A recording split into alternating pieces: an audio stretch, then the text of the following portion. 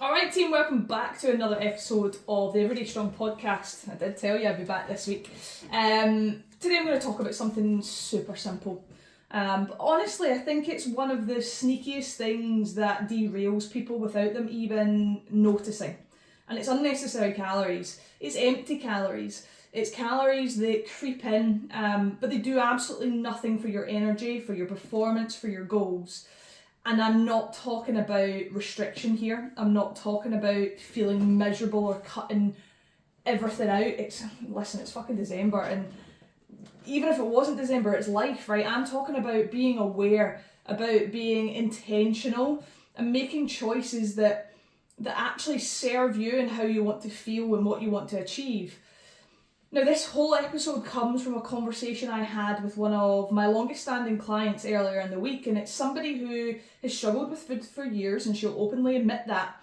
But this year she absolutely nailed it. Her mindset shift was insane. Something just absolutely clicked this year. Her performance, because of that, has been the best it's ever been. And her relationship with food has also been the best it's ever been. It's absolutely night and day. But recently, over the last kind of 8 weeks, she's noticed something. Now, it was her that noticed it, and it's she came to me and she was like, I want to get rid of unnecessary calories. She'd noticed these tiny extras creeping back in, and you know exactly what I'm talking about when I say that. Unnecessary calories, they're not bad foods, there are no bad foods, but they're not treats, they're not sweets, they're not meals out or anything like that. What I'm talking about here is the things that you add to your meals or anything like that just because they are there. Now here's a few examples, like adding cheese to every single wrap, firing mayonnaise on everything, having garlic bread with every single pasta dish you make, grabbing a handful of crisps just because the bowl sat out at a family party, having a biscuit off the office table because it sat there, and potentially like you wanted a coffee, but it's Christmas, so you get one full of syrups. They're small, in fact, they're actually tiny, but when they happen every single day, they start to stack up, and most importantly, they don't even add any value. So this client, as I said, took the autonomy. They identified that these things were creeping in, and it wasn't the big meals, it wasn't lack of protein, it wasn't, oh my god, I've fallen off track. It was those little extras creeping in. And, as I said, that could be anything: cheese on wraps, extra sauces, random snacks that weren't in your plan, like eating handfuls whilst you're cooking, trying things. It's not binge. It's not a huge binge. It's not overeating. It's just noise that starts to accumulate. And that's the kind of stuff that can add up, 300 to 500 calories a day without you even thinking about it. And none of it's intentional. And to be honest, I've got my own example, and I said this to my client the other day.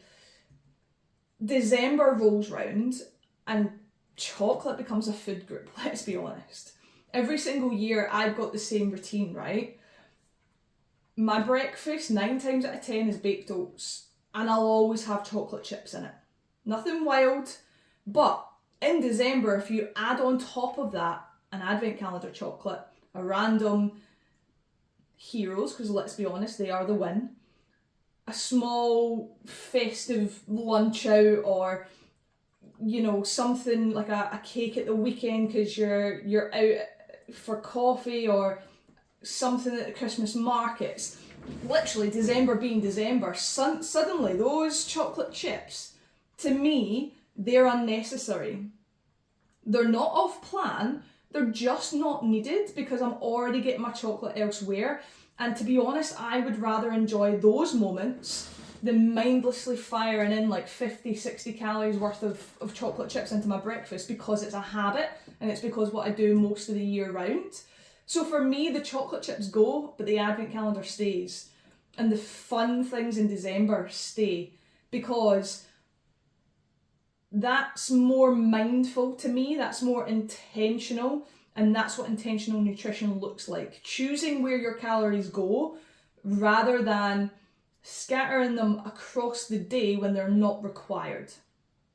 And The reason I wanted to talk about this is because it's not about being smaller, it's not about losing weight. For me, it's massively about energy, it's massively about training and performance, consistency, feeling good in your routine. And that's what happened when we discussed this with my client earlier in the week. Her performance when her nutrition was nailed and she was good with it and she felt great with it was up there. But performance had started to creep down again and the energy wasn't there. She got ill. You know, these things kind of add up. So choosing your nutrition and choosing your sacrifices, but in choosing your indulgences, I suppose, is super important when you want high energy, you want to perform well. Energy dips when these unnecessary calories creep in, because you end up with more calories from low value foods, less protein. Hunger cues get pretty messy because you're grazing more throughout the day. As I said, your performance takes a hit because your nutrition isn't where it needs to be in order to give you that energy and strength to push harder in sessions. Your mood, let's be honest, gets a little bit shitty because you feel off. Then you can't figure out why, and then you become snappy, or you've got an energy dip because you've had too much chocolate. You know, these things kind of add up, and then, you know, before you know it, your mindset's like, well, I'm failing, so what's the fucking point? You're not failing, you're just not being aware. Fixing this gives you clarity, it brings back routine and momentum again. So how do we spot that creep, right? You feel like, you know, you're being good, but something feels off. Are your calories intentional or are they accidental? Does what you're adding to your food actually add enjoyment, or is it just for the sake of it? Does it add energy, and does it align with your goals? Are you eating it because you want to, or are you eating it just because it's on the table in front of you? And ask yourself what tiny habits have crept back in without you realising it. Even just doing like a 24-hour food audit can be very, very eye-opening. So if you're somebody who doesn't track, that could be very, very eye-opening if you do that for one day. And track what you have been eating recently, not what you think you should be eating, and just be very, very strict for one day, because again, that's pointless. So this is the important part. Removing the unnecessary calories, it doesn't want to be about cutting out all the fun, right? I said that at the beginning. It's about swapping mindless for mindful. Things like keep your garlic bread, but you don't have to have it every single time you have pasta. Skip the cheese on your weekday wraps, but have it on, like, if you've got fajitas or quesadillas at the weekend, enjoy it then, because it's actually going to hit better. You're going to enjoy it more. Choose your coffees without syrup every single day, and then treat yourself to one when you want to.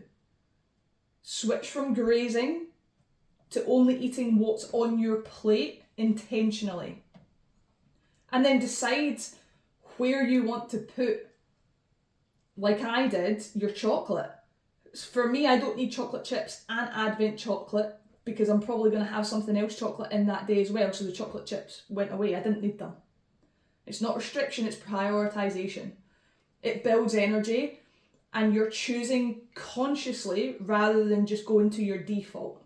And when you make these small swaps, you're probably going to create a 200 to 500 calorie swing in your day without even noticing it. And as I said, this isn't necessarily about losing weight, this is about feeling better, having more energy and performing better. Because let's be honest, December is that kind of final boss that you get in an old school PlayStation game, where the unnecessary calories, the boss, 9 times out of 10 will win. But if you want to go into January feeling better and like you're the boss, this is how I would do it. So, you know, how would we figure this out, right? Don't double up. So if you're having Christmas foods later on, keep earlier in the day pretty simple. Rather than going, oh, just because I'm having a Christmas dinner at night, I'm going to fuck it on breakfast and lunch. Choose your treats generally and like genuinely enjoy them, and skip the ones that are just meh, that you eat and go, I didn't really want that.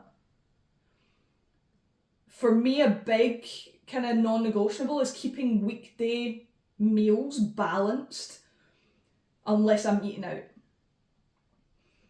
On another note, saving calories, yes, it can work, but you have to understand that it can also backfire, and that's always going to be person dependent. Keep your protein high to manage appetite. Hydrate like your life fucking depends on it, and don't snack on autopilot. It's never worth it. Be mindful and intentional when you're picking what you're eating, because you can enjoy December and you can also stay in control. It just requires you being intentional, not perfect. So listen, if you've been feeling a little bit off recently, if your nutrition feels a little bit messy and you've not really been seeing progress, it's probably not your main meals and it's probably not your training.